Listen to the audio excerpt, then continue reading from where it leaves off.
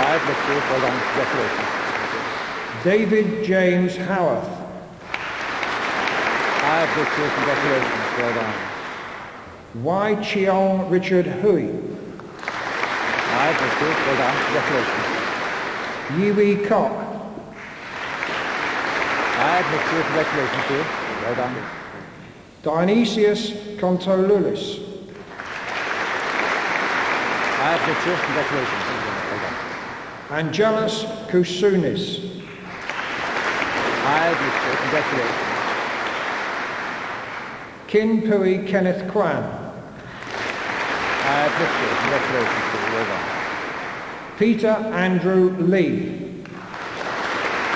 I've Richard, congratulations, well done. Bongo Abendigo Mugundi. I've Richard, congratulations to you, well done. Brian Machemba Mafula. I've Richard, congratulations to you, well done. Calvin Wyong Unga. I've Richard, congratulations. Ian Jeremy Smith. I've Richard, congratulations to you, well done. David William Taylor. I've Richard, congratulations, well done. William Vicatos. I've Richard, congratulations, well done. David Edward Wiley. I've Richard, congratulations. Nick Yen Yong. Jane Louise Aaron. I've Richard, congratulations, well done. Helen Sean Atkins. I've Richard, congratulations. Sokwani William Chilembo. I've Richard, congratulations to you, well done. Benjamin Michael Davies.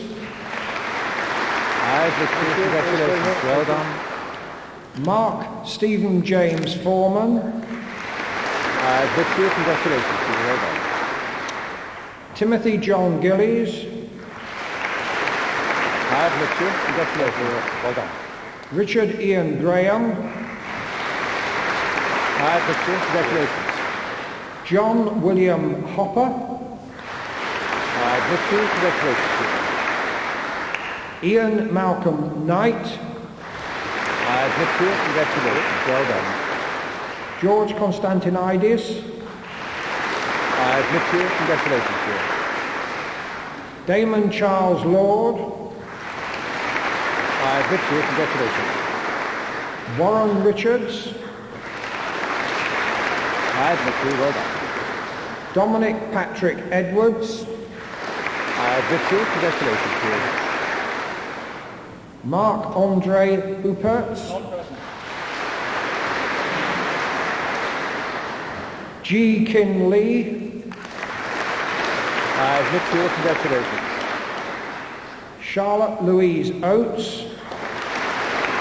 I've Richard, congratulations to you, well done. Stephen Katongo Chikwanda. I've Richard, congratulations to you.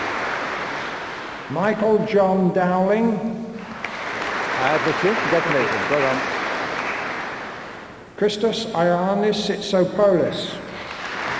I've Richard, congratulations to you. Mechanical Engineering with Language, Benedict Peter Barrington Casemore. Richard, well done, you're first. Congratulations to you. Well done. Benjamin Claude Hirschman. I've Richard, congratulations, well done. Alison Fiona Hill. I've Richard, congratulations, well done. William LaRosa Lorange. I've Richard, congratulations, well done. David Matthew Newton. I've Richard, congratulations, well done. Sarah Louise Rhodes. I've Richard, congratulations. Theo Lewis Simon. I've Richard, congratulations, well done. David Alexander Payne. I've Richard, congratulations to you, well done. Materials Science and Technology, James Richard Cowan. Mitchell, well done, you're first. Well done. Robert John Harvey, Aye, Mitchell, congratulations to you. Well done. David King Cocklam, Aye, Mitchell, well done, congratulations to you. Philip John Messenger, Aye, Mitchell, congratulations, well done very much. Jason Parry, Aye, Mitchell, well done. James Philip Gerald Price, Aye, Mitchell, congratulations. Alexander James Darton, Aye, Mitchell, well done. Andrew Graham Davies, Aye, Mitchell, congratulations. Peter David Hancock, Aye, Mitchell, congratulations. David Roy Calverley, Aye, Mitchell, congratulations. Sarah Lindsay Botterill, Aye, Mitchell, well done.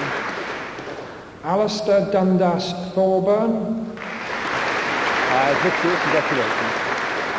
Metallurgy Robert Alexander Aitken. Aye, Mitchell, congratulations to you, well done.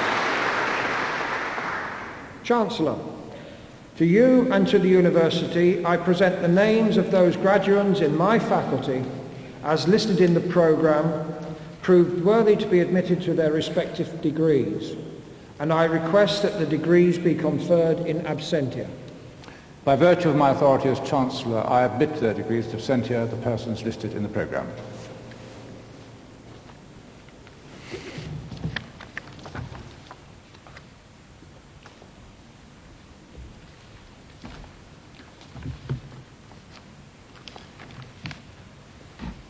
Chancellor.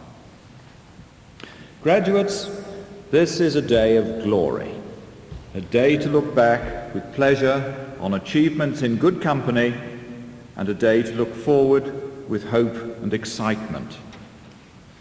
Do not be dismayed by the media view of a world full of disaster and corruption, a view so often incomplete and so often serving some other purpose than that of public information. The world is a wonderful place, full of opportunity for each of you, and a world where you will enjoy achievement and take pleasure in the company of friends. You would not expect me, however, to send you off from here today without a further task to perform. As educated men and women, you now know how little you know of the total world of learning. It is now 40 years since the writer C.P. Snow drew attention to a schism in that world, a divide so fundamental that he saw us belonging to one or other of two cultures, one deriving from that system of philosophy we call science, the other rooted in the humanities and classics. So it was in his novels, The New Men and The Corridors of Power, we met characters from universities who held the power of scientific knowledge, and those in the civil service who held the power of advising the decision makers.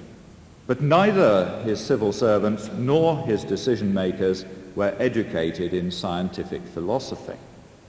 And Snow pointed out that scientific advice may not be enough on its own to secure good government in matters where scientific understanding is of critical importance. Those who govern should understand science. But Snow also showed us scientists in dilemma, having made a discovery and being ill-equipped to deal with ethical consequences of it. Well, despite many attempts in the past 4 decades, not much has changed. We do have more scientists assisting the decision-making process of government, and you, Sir David, are eminent in that role. Scientists are now more frequently found on company boards, in hospital management, and so on. There is a movement to improve the public understanding of science, and there is a national curriculum for schools with mathematics and science at its core. Provided science is taught as a philosophy and not as a collection of gadgets and gimmicks, then those who graduate 20 years from now will be even better placed than you are to seize those opportunities of life and to serve mankind thereby. To illustrate my point that the two cultures still exist, I'd like you all to answer a question. The headline writers of the media frequently refer to a concept like the time warp. A time warp, evidently, is something you can be caught in. Now, did this expression originate in science or in science fiction? Was it Einstein or Doctor Who? Some of you, I can tell from your faces, are not quite sure, and this, I think, proves my point that the two cultures idea was an oversimplification. For there is literally an expanding universe of learning in which any of us only knows a small portion well. It also shows how vulnerable we could be to manipulation by those who use scientific-sounding language to serve commercial or political ends. So, what is my task? What is to be done by you? Well, you have a circle of friends and colleagues here in Birmingham, and it's likely to represent a group of academic disciplines far beyond your own. You will have learned to respect both those individuals and their integrity, and the knowledge for its own value that they hold. And that is the nature of university education. But if that experience has awakened an interest in some other discipline, especially if it's remote from your own and not simply the CPD that was referred to by Sir David Davis, I would like you each to pursue it, not perhaps to the level of another degree, but at least to the extent of knowing what the words mean, and enough to earn you the label of being well and truly educated 40 years from now.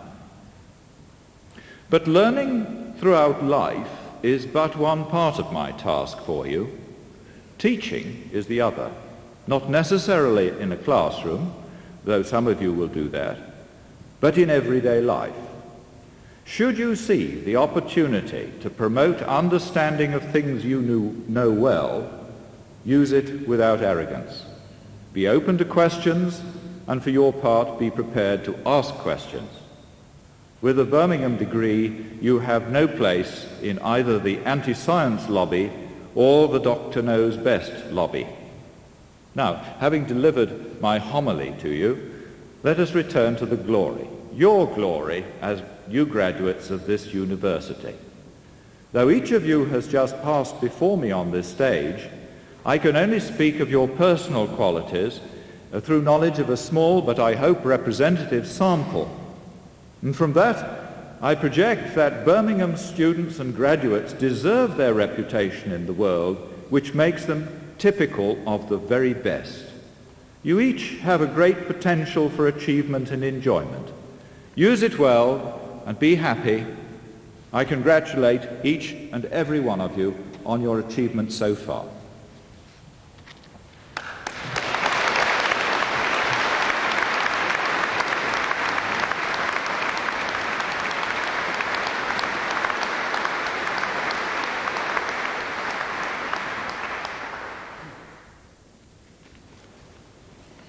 I declare the congregation closed.